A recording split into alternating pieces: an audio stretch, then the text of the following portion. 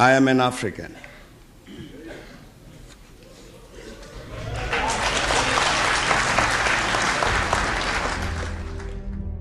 Declaring that I am an African seems like an obvious thing to say, but what is less obvious is why anyone would be proud to be an African. I owe my being to the hills and the valleys, the mountains and the glades, the rivers, the deserts, the trees, the flowers, the seas, and the ever-changing seasons that define the face of our native land. My body has frozen in our frosts and in our latter-day snows. It has thawed in the warmth of our sunshine and melted in the heat of the midday sun. The crack and the rumble of the summer thunders, lashed by startling lightning, have been a cause of both trembling and of hope. The dramatic shapes of the Drakensberg, the swirl-colored waters of the Lekwa, Igili, Notugela, and the sands of the Kalahari have all been panels of the set of our natural stage, on which we act out the foolish deeds of the theater of our day. What the I Am an African speech means to me is an affirmation of all things that are African and beautiful in the Africanness. There was a time when people were not proud to be African, where it was something to be hidden away, something to be ashamed of. People didn't crow about their Africanness. This speech affirmed to me everything that I'd always known to be true and that I'd always believed, that we are blessed to belong to such a beautiful continent, that we are made up of many different peoples, and that we have nothing but success in our futures. I am formed of the migrants who left Europe to find a new home on our native land. Whatever their own actions, they remain still part of me. I am the grandchild of the warrior men and women that Insansi Kukuni led.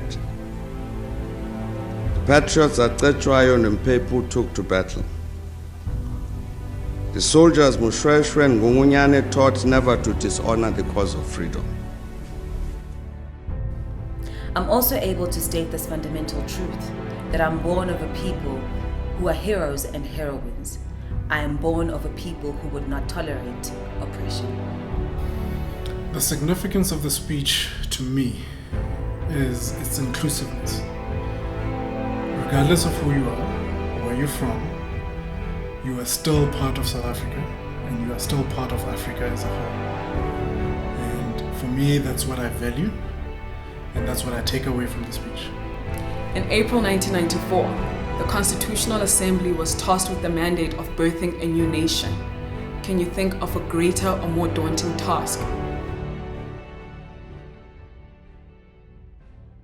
The time had come to make a superhuman effort, to be other than human, to respond to the call to create for ourselves a glorious future, to remind ourselves of the Latin saying, Gloria est consequenda, glory must be sought after. This time around, violence, unlike 1994, was not the concern. The concern was failure. Would we be victorious? As history now tells us, we were, because on 8 May 1996, there was a constitution to present to the people, which was adopted with an 87% majority. The Constitution, whose adoption we celebrate, constitutes an unequivocal statement that we refuse to accept that our Africanness shall be defined by our race, our color, our gender, or our historical origins.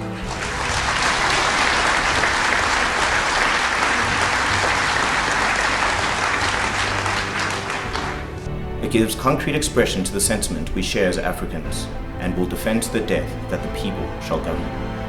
It rejoices in the diversity of our people and creates the space for all of us voluntarily to define ourselves as one people. It was on this day that Thabo Mbeki delivered his seminal speech, celebrating the achievement of a people for adopting a constitution that recognizes that rights and privileges are not for a select few, but are innate and universal. Our sense of elevation at this moment also derives from the fact that this magnificent product is the unique creation of African hands and African minds. A collective pact had been forged by a notoriously divided nation, that we, the people, believe that South Africa belongs to all who live in it, both black and white. What we did on that day set an international precedent. No matter where you stand on the political spectrum, you cannot disagree with the sentiment, I am an African.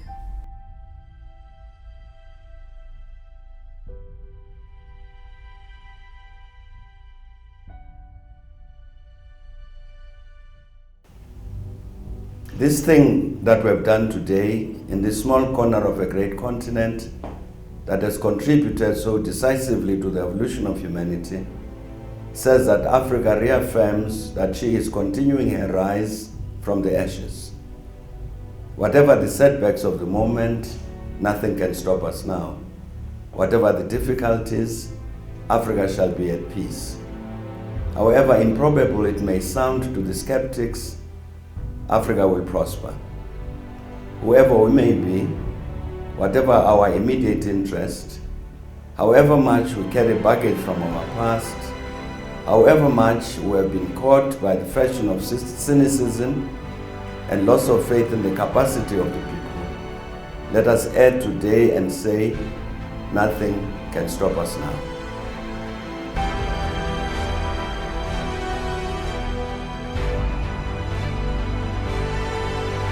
Today,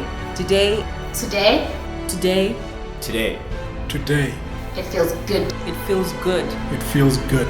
It feels good to be an African. to be an African. To be an African. To be an African. To be an African. To be an African.